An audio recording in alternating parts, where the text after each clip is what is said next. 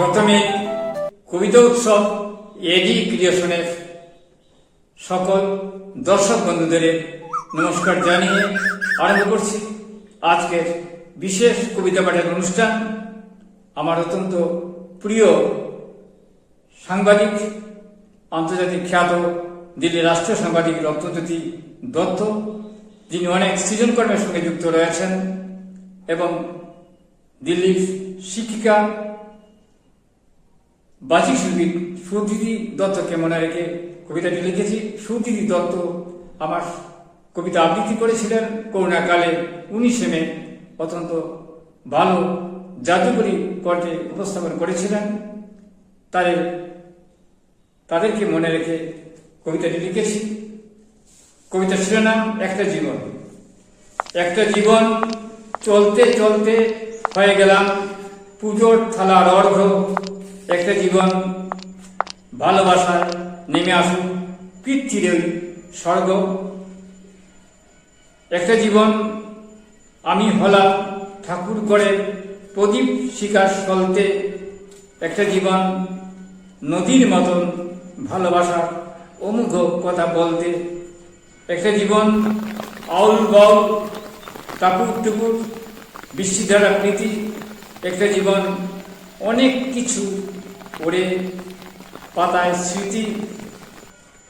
একটা জীবন শঙ্খধ্বনি মাঙ্গলিকে ছড়িয়ে যায় কই। একটা জীবন হাতটা ধরো আমরা সবাই বন্ধু সখা সই। একটা জীবন জুড়ে কেবল দুয়েল কুয়েল ডাকতে থাকুক নিত্য। একটা জীবন ভালোবাসার উচ্চারণে শুদ্ধ চিত্ত। একটা জীবন শঙ্খধ্বনি মাঙ্গলিকে ছড়িয়ে যায় খই। একটা জীবন হাতটা ধরো আমরা সবাই বন্ধু সখা সই। একটা জীবন জুড়ে কেবল দুয়েল কুয়েল ডাকতে থাকুক নিত্য। একটা জীবন ভালোবাসার উচ্চারণে শুদ্ধ হোক চিত্ত।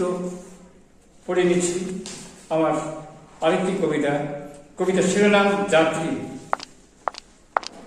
এই মুহূর্তে কেবল ভালোবাসার অমুক কথা বলতে বলতে চলো চলো হয়ে যায় ভেদভাব ভুলে দূর যাত্রা ট্রেনের মতো অশ্বিনের যাত্রী। লোভের জিহ্বায় লালা মুছে ফেলে হিংসা ঈর্ষা ক্লেদাক্ত জামা ছিঁড়ে ফেলে এসো আজও মাঙ্গলিক উচ্চারণ। পাখিদের কিচিরমিচির শব্দের মতন আনন্দে হাসতে সারাক্ষণ পরিয়ালে পাখিদের মতো উড়ে উড়ে যাও। হলুদ শস্যের ক্ষেতে গড়িয়ে পড়েছে এক নারী, তার ঠোঁটের অনন্ত রঙে মিশে আছে অসীম দিগন্তে। সেই রঙে তুমি দেখো অপূর্বা পৃথিবীর। মুকেশের মানুষের অন্ধকারে চিৎকার খট্টগুল আর নয়, আর শুধু প্রার্থনা স্তবে ধুয়ে যাক অমৃত অধুর বৃষ্টিপাতে গ্লানি অশুভ গ্লানিয়া বৃষ্টি জড়তে থাকুক। বৃষ্টি ফুটা হয়ে আহ্বান করো সমুদ্রের রসি। বৃষ্টি ফুটা হয়ে আহ্বান করো সমুদ্রের রসি।